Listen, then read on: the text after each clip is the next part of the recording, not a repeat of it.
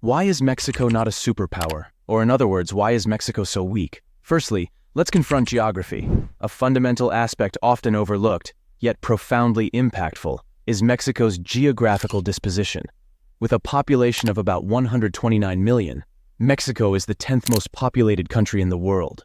It is the largest Spanish-speaking country in the world and the third most populous country in the Americas after the United States and Brazil. However, the majority of its population resides inland, distant from the oceanic expanses. This geographical reality curtails Mexico's ability to project power through a robust navy, a cornerstone of traditional superpower status.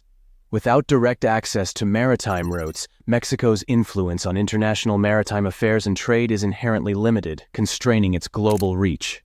Secondly, the specter of colonialism looms large over Mexico's history. The Mexican War of Independence was far more brutal than the American Revolution. It was a full-scale civil war, even though some Mexican nationalists still worship it as some kind of crusade, that destroyed the infrastructure of the viceroyalty, which was in decline when the war started in 1810. The main activity of New Spain was the mining of gold and silver. The Spaniards were still in Cuba and would launch two failed invasions in 1826 and 1829, and could blockade the country by closing the Yucatan Strait. So the main source of cash was gone and could not be revived for several decades, despite efforts by foreign investors. Adding further weight to Mexico's burdensome historical baggage is the loss of significant territories to the United States. The Treaty of Guadalupe Hidalgo, signed in 1848, saw Mexico cede over half of its territory, including resource-rich regions such as Texas and California. An outdated economic system that didn't outlaw special taxes until 1857, namely the alcabalas, taxes on internal trade. This caused the country to fall back in industrialization for nearly a century, although some efforts were made to promote a national industry, in the form of tariffs and the first development bank in Latin America, the Banco de Avio.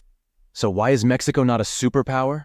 Combine a geographically challenging location, the destruction of your main source of cash, regional divisions, and poverty, and you have the recipe for political instability and civil war. Mexico witnessed many coups between 1821 and 1876, 3 constitutions, 4 foreign invasions that took advantage of the country's weakness and lack of institutional development, the loss of Central America, Texas, California, New Mexico, Oregon, and Colorado. Mexico also took massive loans from British and French bankers, which couldn't be repaid until the late 1880s. The default of those loans caused 2 wars with France, in 1838 and 1862. If you've gained insights from this video, don't hesitate to show your appreciation by hitting that